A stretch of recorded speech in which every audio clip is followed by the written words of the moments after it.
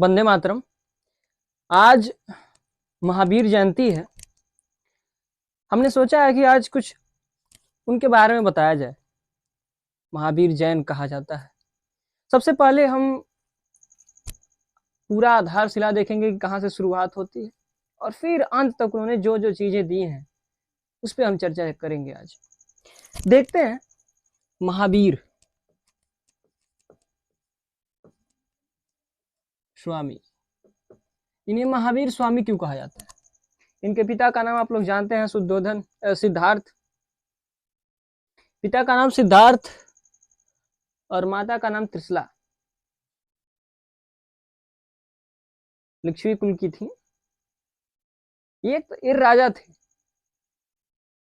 आपने देखा होगा कि जितने राजा देखिए, जैसे राम हुए, कृष्ण हुए, महावीर हुए, बुद्ध हुए, ये लोग भले ही राजा कुल में रहे, जन्मे एक तरह से। कृष्ण का तो आपने देखा है कि जेल में जन्म लिया उन्होंने, वो तो उनकी तो एक बहुत ही नीची अवस्था से शुरुआत हुई। सबसे पहले हम एक पॉइंट पे चर्चा करेंगे कि जो सारे बुद्ध हैं, अधिकतर जो ध्यानी व्यक्ति हैं, जो भगवान हुए, वो उत्तर प्रदेश बिहार वगैरह के क्षेत्र में ही क्यों आए? अधिकतर जो देखेंगे कि वो इसी साइड में आते हैं। ऐसा क्यों है? राजस्थान में क्यों नहीं आ गए? राजस्थान में भी तो आ सकते थे, क्यों नहीं आए? रीजन ये है कि जो राजस्थान है उस एरिया में रोजमर्रे के लिए इतना टेंशन होता है, इतना काम होता है। देखिए आज भी अगर स्थिति देखिए तो पानी भरने के लिए 10-10 किलोमीटर जाना पड़ता है। आप ये सारी चीजें देखें और फिर कनेक्ट करें। उसके बाद देखिए यहाँ पे क्या है, उत्तर प्रदेश फर्टाइल एरिया है। यमुना जो दोआब है, दोआब का देश है भारत। तो आपने देखा होगा कि जो यहाँ का क्षेत्र है, गंगा यमुना दोआब, जो उत्तर प्रदेश बिहार, गंडक नदी, फिर उधर से आती हुई जो आसाम से एक आ रही है, उधर के एरिया में देखिए उधर भी पूरा हरा भरा है, ब्रह्मपुत्रा। लेकिन जो ये एरिया गंगा यमुना दोआब, इसका मतलब क्या है? यहीं पे अधिकतर लोग आए। पता है क्यों? क्योंकि यहाँ पे रोजमर्रा के लिए उतनी चीजें, उतना काम नहीं करना पड़ता, वो आपको मिल जाएंगे। और चूंकि ये राजा भी थे तो जो भी ध्यानी हैं वो इसी एरिया में आए, क्योंकि यहाँ पे रोजमर्रा के जीने के लिए उतना काम नहीं करना, उतना मेहनत करना नहीं पड़ता है। लोहा फेंकिए AK-47 आ जाएगा। इतना फर्टाइल एरिया है ना, दोआब का देश है भारत। और गंगा यमुना तहजीब में आप देखेंगे, गंगा यमुना के पास वहां के लोग देखिए उत्तर प्रदेश बिहार जमीन के लिए कुछ भी कर देंगे, क्योंकि फर्टाइल एरिया है। दैट इज, बस यही सारी चीजें हैं। अब देखिए हम इनके बारे में कुछ अब अलग पॉइंट्स लेते हैं। इनको महावीर स्वामी क्यों कहा गया? बचपन का नाम तो वर्धमान था। देखिए यहाँ पे बचपन का नाम इनका वर्धमान था और वर्धमान से महावीर स्वामी, इसके बीच में एक गैप है। कहते हैं ना स्वामी विवेकानंद जी कि कुछ बनने से पहले कुछ बनना पड़ता है। It means what? ये देखिए, वर्धमान से महावीर, वर्धमान टू महावीर कहा जाता है। 30 साल की उम्र में घर से निकले और त्याग किया। लेकिन त्याग तभी सफल है जब इसके साथ तपस्या किया जाए। तपस्या की सर, त्याग तो किए लेकिन साथ ही तपस्या भी की। आजकल देखिए घर से निकल जाते हैं और दिन भर घूमते हैं। आपने देखा होगा ये सारी चीजें। त्याग तो करते हैं, हो सकता है छोड़ दें घर परिवार, लेकिन तपस्या नहीं करते। इसीलिए तुमको भगवान नहीं मिलते हैं। भगवान मतलब वो खुद अपना साक्षात्कार नहीं कर पाते हैं। यही रीजन है। त्याग के साथ तपस्या भी करनी है। अब देखिए वर्धमान से महावीर कैसे बने। इसके बीच में एक रास्ता है, दैट इज कॉल्ड, उसी को हम तपस्या बोलते हैं। कई लोग इसको ध्यान बोलते हैं। ये किया उन्होंने, सन्यासी बने।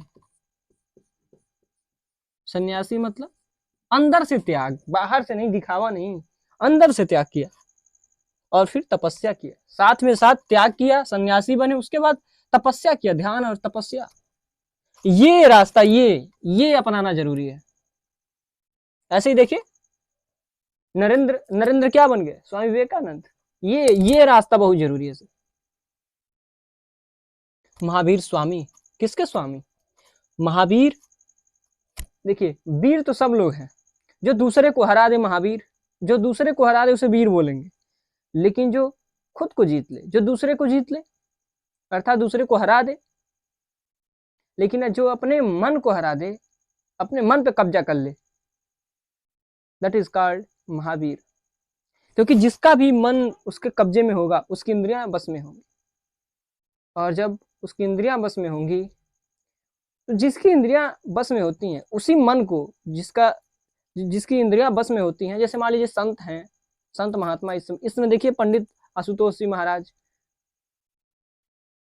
कई ऐसे संत हैं, बहुत संत है, रमण महर्षि हुए, बहुत लोग हुए, निर्मलानंद हुए। तो ये लोग जो संत हैं, इनका मन कब्जे में है, और उसी को कहा गया है कल्प वृक्ष। कोई बहुत बड़ी वह जो कहा जाता है ना कि स्वर्ग में वृक्ष है, दैट इज कॉल्ड कल्प वृक्ष, लेकिन ऐसा नहीं है। वो स्वर्ग की अवस्था मन में ही है, और जिसका मन उसके बस में है वही उसके पास कल्प वृक्ष है। तो जो चाहे वो पाले, मन ही सब, सारा खेल तो मन ही का है। तो महावीर जिन्होंने खुद को जीत लिया, वो महावीर। स्वामी, जिसके इंद्रियों के स्वामी, ये कि कितना कितना प्यारा नाम है सर। ऐसे ही स्वामी विवेकानंद, स्वामी इंद्रियों के, विवेक आनंद, सारी चीजें नाम में ही है इनका। देखिए वर्धमान से महावीर बन गए, त्याग किया और तपस्या भी की। अगर आप देखें तो जो सिद्धांत है इसके बाद उन्होंने दिया, देखिए आखिर इन्होंने तपस्या क्यों की। Necessity is mother of invention sir, बिना इसके तो कुछ हो ही नहीं सकता। एन इक्वल टू आई, इसके बिना तो कुछ हो ही नहीं सकता। Necessity is mother of invention. ठीक, इन्होंने ज्ञान के 5 रास्ते बताए हैं, ज्ञान प्राप्त करने के 5 रास्ते। कौन कौन? सबसे पहला है मति, इंद्रियों से प्राप्त ज्ञान, लेकिन ये पूर्ण ज्ञान नहीं देता, ये पूर्ण ज्ञान नहीं देता। जैसे मान लीजिए आपने आंख से कुछ देखा, आप देखे हैं ना, जो रेगिस्तान में जाते हैं, आपने पढ़ा होगा कि रेगिस्तान में क्या होता है, जाते वक्त क्या कुछ आप देखिए सड़क पे ही, अगर आप जैसे बस से जाते होंगे तो आप देखेंगे जब बहुत धूप होता है, देखिए इस समय तो मौसम है, अगर आप जाएंगे देखेंगे तो बहुत पास लगता है कि पानी गिरा है, जैसे लगता है ना कि पानी बरस रहा है, पूरा भीगा हुआ है रोड, लेकिन जब वहां पे जाते हैं तो कुछ नहीं होता। तो ये क्या है, भ्रम पैदा करता है। वही बोलते हैं कि इंद्रियां पूर्ण ज्ञान नहीं देती। दूसरा ज्ञान का रास्ता श्रुति। श्रुति मतलब सुनकर, दूसरे का सुना हुआ, लेकिन ये भी कुछ विशेष नहीं है। मान लीजिए किसी ने कहा कि प्राणायाम करो, आपके लिए बढ़िया है, आपके स्वास्थ्य के लिए लाभदायक है, लेकिन उसने बंदे ने तो कहा था, उसका उनके कहने का मतलब ये था कि 5-10 मिनट करिए सबसे पहले। उसका तरीका है ना प्राणायाम करने का। आप गए 50 घंटा, कम से कम 2 घंटा कर लिए, अब पेट ओट इधर उधर हो गया, उल्टा सीधा आईसीयू में भर्ती है। ये सारी चीजें हैं, ये भी पूर्ण ज्ञान नहीं है। उसके बाद तीसरा है अवधि, दैट इज कॉल्ड टाइम। ये भी ज्ञान देता है। जो 80 साल वाले हैं उन्हें लगता है कि जो 50 साल वाला है वो हमसे कम जानता है, क्योंकि एक्सपीरियंस्ड है ना, अनुभव बहुत बड़ा ज्ञान है सर। इसीलिए कहा जाता है कि बुजुर्गों के साथ बैठिए, यही सब रीजन। अपने बड़ों के साथ थोड़ा सा डिस्कस करिए, साझा करिए। हाँ, लेकिन आप समझें, 50 साल वाला का सोचता है कि जो 30 साल वाला है वो बेवकूफ है, जो 30 साल वाला है वो सोचता है भैया जो 15 साल वाले हैं उनको हमसे कम ज्ञान है, बेवकूफ है। बेवकूफ करने का मतलब ये है कि गलत सेंस में नहीं हम कह रहे हैं, इसका मतलब ये है कि उनको लगता है कि हमसे कम नॉलेज है, अनुभव है। लेकिन आप अगर ध्यान दें तो सारे लोगों ने उस उम्र में वो गलतियां की हैं, दैट इज कॉल्ड अवधि। आप देखे होंगे ना कि विधायक बन जाते हैं लोग बिना पढ़े लिखे। अनुभव, अनुभव सर तो कहीं किताब में नहीं मिलती। तो टाइम बहुत बड़ा द्योतक है अनुभव का।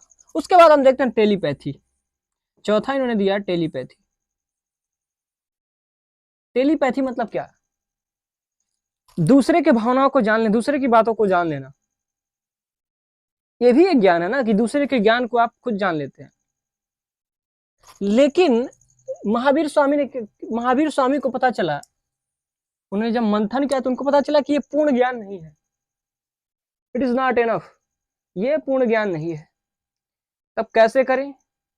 तब वो ध्यान किए, घर से छोड़े, घर छोड़े, त्याग किया। और उसके साथ ऐसा नहीं कि वैसे जाके मौज करने लगे, कमंडल वमंडल ले घूमने लगे, काम किया सर अपने ऊपर। 10-12 साल तपस्या की। तपस्या मतलब अलग लेवल, ध्यान किया, तपस्या किया, उसका मतलब ये है ध्यान किया, खुद पे, खुद को ऑब्जर्व किया, खुद को जाना समझा। तब उन्होंने 5वां रास्ता बताया, दैट इज 5 रूट। और 5वां उन्होंने कहा कि कैवल्य। उन्होंने कहा जो खुद का ज्ञान है, खुद को जान लेना, यही परम ज्ञान है, यही वास्तविक ज्ञान है।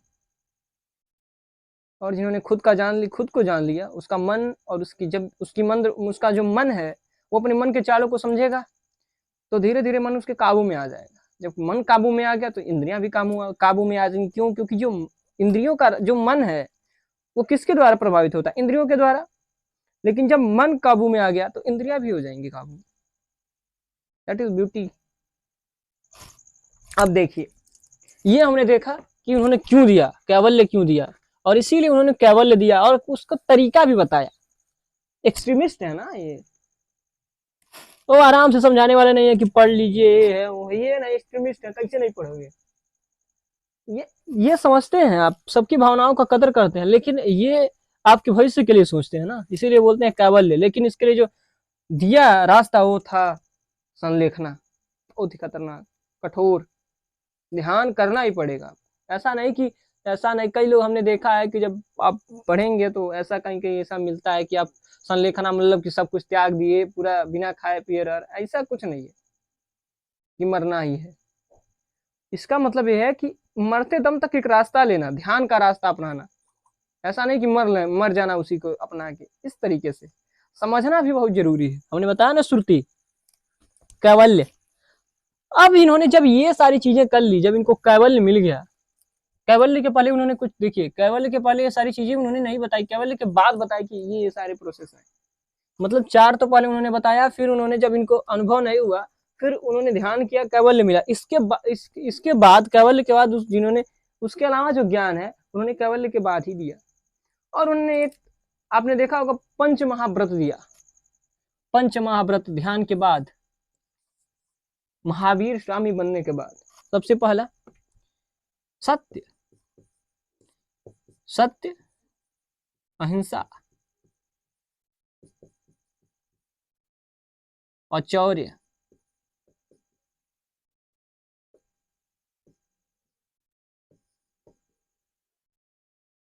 अस्तेय,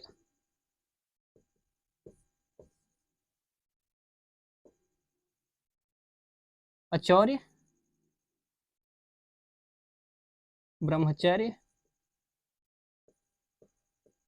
और अपरिग्रह। ये पंच महाव्रत उन्होंने दिया। देखिए उसके पहले नहीं दे रहे हैं क्योंकि ये संभव नहीं है सर। सत्य बोलना, अहिंसा, चौर्य, चोरी ना करना, ब्रह्मचर्य रहना, अपरिग्रह मतलब कि घर को त्याग लेना, इतना उसमें आसक्ति ना रखना, ये संभव ही नहीं है। ये तभी है जब अपने आप को खुद को जान लें, जब मेन जो मूलभूत तत्व है उसको अगर जान लें, जो मेन उद्देश्य है वो सारी चीजों को अगर जान लें, तभी ये संभव है कि सब सत्य बोले, अहिंसा, अहिंसा पे रहें, अचौर्य रहें, ब्रह्मचर्य रहें, अपरिग्रह रहें। ये ऐसा कहने वाली बात नहीं है। इसमें तो देखिए जबरदस्ती लोग रह रहे हैं। जो अब मान लीजिए कमेंट, बुरी कमेंट नहीं होनी चाहिए, इसके लिए माफी चाहते हैं। देखिए जो ये सारी चीजें हैं, कई लोग वो लोग जबरदस्ती रह रहे हैं, लेकिन ये सब जबरदस्ती रहने की चीज नहीं है सर। ये जब तक आप कैवल्य को नहीं मिलेगा, आपके पास कैवल्य नहीं होगा, ये मान ही नहीं सकते आप, हो ही नहीं पाएगा ये। तो उनके कहने का मतलब ये था कि आप जब कैवल्य हो जाए उसके बाद तो ये अपने आप हो जाएगा। तो इसीलिए उन्होंने इनलाइटेंट जो जब हो गए उसके बाद दिया, कैवल्य के प्राप्त करने के बाद सत्य, अहिंसा, चौर्य, ब्रह्मचर्य, आप सारी इसके मतलब सब समझते हो। परिग्रह मतलब घर को छोड़ देना, अचौर्य मतलब चोरी ना करना, अहिंसा मतलब हिंसा ना करना, सत्य मतलब सदा सत्य बोलना, ब्रह्मचर्य, ये एक और शब्द है सर ब्रह्मचर्य। इसका मतलब क्या है? इसका मतलब इंद्रियों को कंप्रेस करना नहीं है, दबाना नहीं है, अपनी वासनाओं को दबाना नहीं है। कई लोग सोचते हैं भैया इंद्रियों को मतलब इंद्रियों को दबाना ही ब्रह्मचर्य, एकदम शांति से रहेंगे, किसी को देखे हो। तो कई लोग ऐसे समझते हैं कि इसको दबा लेने से आप ब्रह्मचर्य को प्राप्त हो गए। नहीं सर, हो ही नहीं सकता। ब्रह्मचर्य का अर्थ ही है कि ब्रह्म में रमण करना, मतलब विचरण करना, ब्रह्म की स्थिति में विचरण करना, दैट इज कॉल्ड ब्रह्मचर्य। ये भी बिना कैवल्य के संभव नहीं, ये भी संभव हो ही नहीं सकता। अगर कोई कह रहा है वैसे तो वो बाल तलक हो ही नहीं सकता सर, क्योंकि जब तक आपका जो ऊर्जा है वो मूलाधार पे रहेगी, it can also disturb you, वो आपको परेशान करेगी, पक्का परेशान करेगी। लेकिन जब आप ध्यान करेंगे और जब एनर्जी जब राइज होती है, मूलाधार से जब ऊपर उठती है, उस समय आपको फील होता है, इससे सारी चीजें, इसका मतलब आपको उस समय पता चलता है, ब्रह्मचर्य और चौर्य और सारी चीजें, आपको सारी चीजें अनयूजेबल लगती हैं और ये अपने आप छूट जाता है। ये जबरदस्ती वाली चीजें नहीं है। महावीर ने ऐसा नहीं है कि अगर जबरदस्ती वाली चीजें होती तो पहले ही दे दिए होते, लेकिन बाद में दिया। यही है महावीर की खूबी। भगवान हम उन्हें क्या कहते हैं कि भगवान महावीर, क्यों?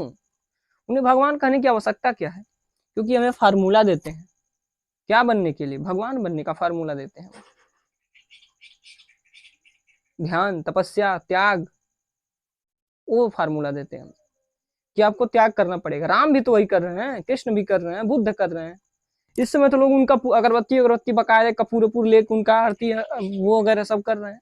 सीख नहीं है, उनसे सीख नहीं रहे हैं कुछ। बकायदे आरती होती, पूरा एक नंबर मोगरा का अगरबत्ती लेके आते हैं। यहाँ भी सबके घर पूजा होता है, हमारे घर भी पूजा होता है, तो अगरबत्ती वगैरह ला खूब बढ़िया दिखाते उखाते हैं, जलाते उलाते हैं, सीखते नहीं है उनसे कुछ। अरे भैया, अगर मान लीजिए राम जी से, अगर मान लीजिए राम ही सब सही कर दे, आपने उनका पूजा किया, सब सही कर दे रहे हैं, 14 साल तक अगर इतना हो सकता तो 14 साल तक अपने वन में रहे, कहाँ निकल लिया अपने? कितना काम करना पड़ रहा है। वो संकेत दे रहे हैं कि आपको मरना पड़ेगा सर, आपको काम करना पड़ेगा, खुद के लिए आपको काम करना पड़ेगा, वैसे हो नहीं पाएगा। वो बताते हैं कि जब हमसे नहीं हुआ तो आपसे कैसे हो। वो भगवान ही बने उसी त्याग के कारण, उसी ध्यान के कारण, उसी साधना के कारण। फार्मूला देते हैं राम भी, फार्मूला देते हैं कृष्ण भी, फार्मूला देते हैं बुद्ध। सारे ने मेहनत किया है, सारे ने तपस्या किया है, और उसी तपस्या के कारण भगवान बन गए। बस यही। और आप उनका पूजा करना चाहते हैं कि खूब बढ़िया से पूजा वूजा कर लें और फिर कह दें कि भैया आप हमारा जितना सब कुछ है, जितनी परेशानी है जिंदगी में सब खत्म कर दें और हम सोफे बैठे रहे एसी में, कैसे होगा? ये सब लोग फार्मूला दे रहे हैं सर। कितना बढ़िया फार्मूला है कि वर्धमान टू महावीर, बीच का रास्ता कोई नहीं बताता, कोई उसको झेलना नहीं चाहता है। जो त्याग और तपस्या है, त्याग तभी सफल है जब उसके साथ तपस्या किया जाए, उसके बिना वो संभव नहीं है सर। और ये बात बताते हैं महावीर, इसीलिए उनको डिस्कस करना जरूरी है। ये फार्मूला वो देते हैं कि किस प्रकार से वर्धमान महावीर बन गए, ध्यान, तपस्या, कैवल्य को प्राप्त करना। आज आई होप आप लोगों को समझ में आया होगा और आपको एक मजेदार लगा होगा, अच्छा लगा होगा सारी चीजें।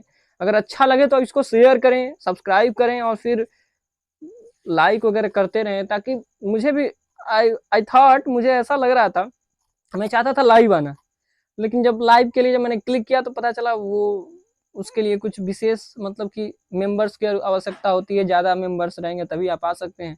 तो अभी तो हमारे पास लगभग 57-58 सब्सक्राइबर हैं, सब 57-58 मेंबर हैं, तो ये संभव नहीं है। तो इसीलिए हम वीडियो के, नहीं तो डिस्कशन होती पूरा बढ़िया से, इसके बारे में चर्चा होता, क्योंकि वीडियो के माध्यम से पता नहीं चल पाता है ना कि क्या बताना चाहिए क्या नहीं बताना चाहिए, वैसे डिस्कशन होता तो अच्छा लगता।